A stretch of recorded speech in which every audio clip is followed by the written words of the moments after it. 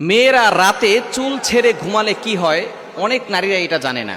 অনেক নারীরাই চুল খোলা রেখে তারপরে ঘুমিয়ে থাকে। অনেক নারীরা রাস্তাঘাটে চুল খোলা রেখে চলাফেরা করে। মনে রাখবেন, নারীদের চুলগুলো কিন্তু সতরের অন্তর্ভুক্ত।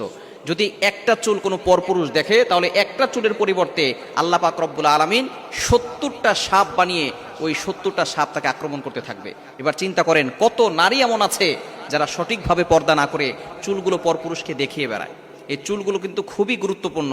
অনেকে এই চুল খোলা রাখে এবং নবীজি সাল্লাল্লাহু আলাইহি সাল্লাম জানিয়ে দিয়েছেন যে নারীরা চুল খোলা রেখে বাইরে বের হবে না। অবশ্যই তারা চুলটাকে ভালো করে ঢেকে, ভালো করে পর্দা করে তারপরে মানুষের সামনে যাবে।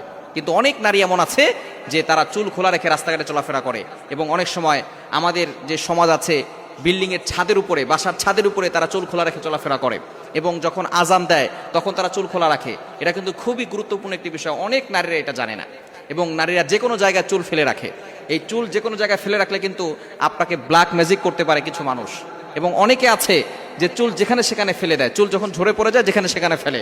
নবীজি সাল্লাল্লাহু আলাইহি সাল্লামের চুল মোবারক নিয়েই কিন্তু এক ইহুদি মহিলা 11টা গিরা দিয়ে তাবিজ করেছিল। সুতরাং চুলগুলো খুব সাবধানে রাখার চেষ্টা করবেন। চুলগুলো জমিয়ে মাটিতে গর্ত করে তারপরে সেখানে পুঁতে রাখবেন। এটাই হচ্ছে সঠিক নিয়ম। অনেকে চুল যেখানে সেখানে ফেলে দেয়, যার কারণে পরবর্তী সময়ে সে বদনজরের শিকার হয়, এরপরে জাদুর শিকার হয়। এজন্য অবশ্যই আমাদেরকে বিষয়ে সতর্ক থাকতে হবে। যেখানে সেখানে চুল খোলা রেখে যাবে না, তাহলে কিন্তু জিনের আসর লাগতে পারে। এবং রাতের বেলা ঘুমালে কিন্তু আমাদের আশেপাশে অনেক জিন জাতি থাকে, বদজিন। যে বদজিনগুলো আমাদেরকে ক্ষতি করার চেষ্টা করে এবং নারীদেরকে বেশি ধরে থাকে। কেননা নারীরা আল্লাহ প্রদত্ত কিছু অসুস্থতার সময় আছে, বিশেষ যে সময়গুলো থাকে অসুস্থতার সময়, তখন যদি তারা বাহিরে চুল খোলা রেখে ঘোরাফেরা করে, অপবিত্র থাকলে জিনরা তাদের উপরে বেশি অ্যাটাক করে থাকে এবং চুল খোলা রাখলে তাদের উপরে অ্যাটাক করে থাকে। বিশেষ করে নারীরা আজানের সময় চুল খোলা রেখে বাহিরে বের হবে না। কারণ আজানের সময় যখন আজান দেওয়া হয় তখন শয়তান পলায়ন করতে থাকে। যতদূর পর্যন্ত আজানের শব্দ যায় ততদূর পর্যন্ত শয়তান দৌড়াতে থাকে। তখন কিন্তু কুকুর এই শয়তানকে দেখে